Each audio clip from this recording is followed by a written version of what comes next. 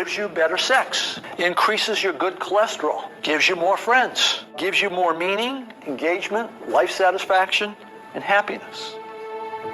If you have a purpose-driven life, it adds years to your life. You live longer. Let me share 2 stories with you. Story number 1, we're interviewing one of those school teachers. She says, the first year I taught was heaven. The second year I taught was hell. I had 5 boys that second year, and they were incorrigible. And there was one kid in particular. He was impossible.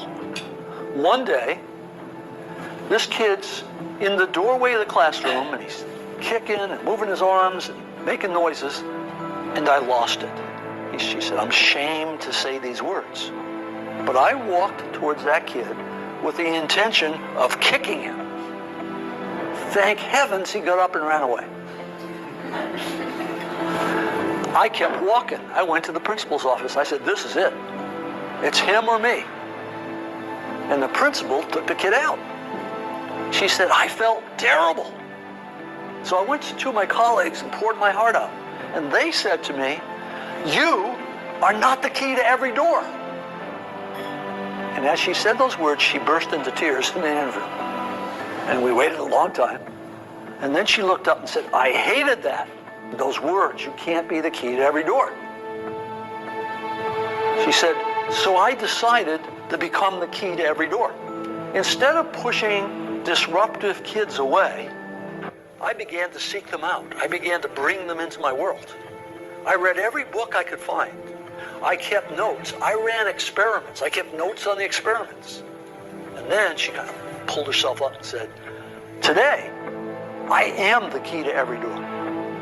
When there's a disruptive, troubled kid in the school, they say, give her to Miss So-and-so. She seems to know what to do with them. That's a profoundly important story. It's a story of transformative learning. When I have a higher purpose, I find the energy and the courage to go outside my comfort zone. Now, the second story is a lot closer to home. I once had a daughter. She was single. She was living in Washington, D.C. She had reached that point in life where she said, there's not a good man left on the earth. And then she found one, and she got really excited. Relationship grew. And then one day our phone rang. She's talking to her mother, and I know what's going on. This guy just dumped her. This daughter is the firstborn child. Many firstborn children share a common characteristic. If they're miserable, they want you to be miserable too. Okay? And she said, I'm coming home this weekend. I thought, oh, no. Her mother hangs up and says, you're the father. You go to the airport and pick her up. So the next day I go pick her up. She gets in the car and she doesn't say, hello, how are you? She says, that no good, dirty, da-da-da-da-da. 5 minutes later, she takes a breath. And I said, are you problem solving or purpose finding? We're finally pulling in the driveway. She takes another breath. I say it again. She says, what are you talking about? And she said, this is the real world. I said, well, I think it applies to the real world. By then we're in the house. I pull out a sheet of paper out of my file, and it says, Robert Quinn, life statement. She looks at it, and then she grows kind of quiet. And she looks up and says, when you feel bad, you read this? I said, no. When I feel bad, I rewrite it. It's been rewritten hundreds of times. She said, yeah, I can hardly understand some of this stuff. I said, yeah, it's written to a customized audience, one person. Then the first miracle happened. She said, do you think I could write one of these? And I said, I'm sure you can. She went in the bedroom. For a day and a half, she worked on her life statement. The miracle was, I did not have to suffer during that day. Right? She got on the plane. She flew home to D.C. A couple days passed. I get an email. She said, he called me. Oh, this will be interesting. And she says, so I wrote him this letter. And I'm reading this letter that she's attached. It's incredibly vulnerable, open, honest. And then at the bottom it says, and my roommate said I can't give this to him. Now that's an interesting thing. Why can't we give this letter to this guy?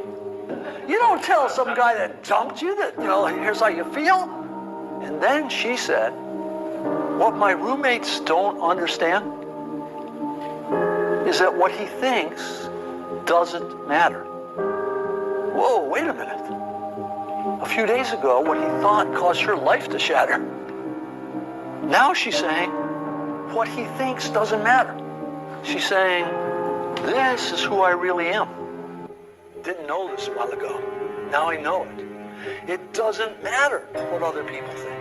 You see, when you clarify your purpose, you take back your external locus of control where you worry about what other people think, and you take an internal locus. You don't become insensitive. You don't become rebellious. You become sin. You become powerful. Now here's the interesting thing. In the next few months, she began to be promoted.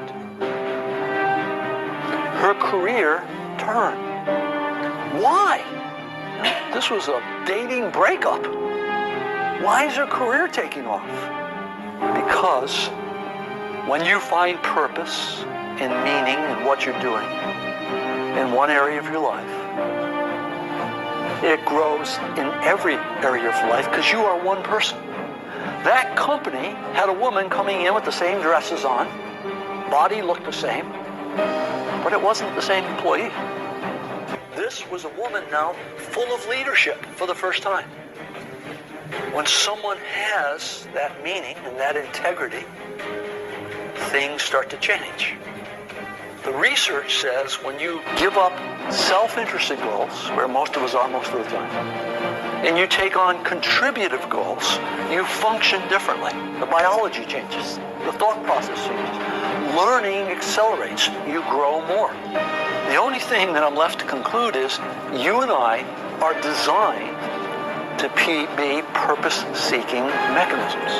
You've been shaped by life. You've had bad experiences and good experiences. And both the bad experiences and the good experiences are there to teach you something about you.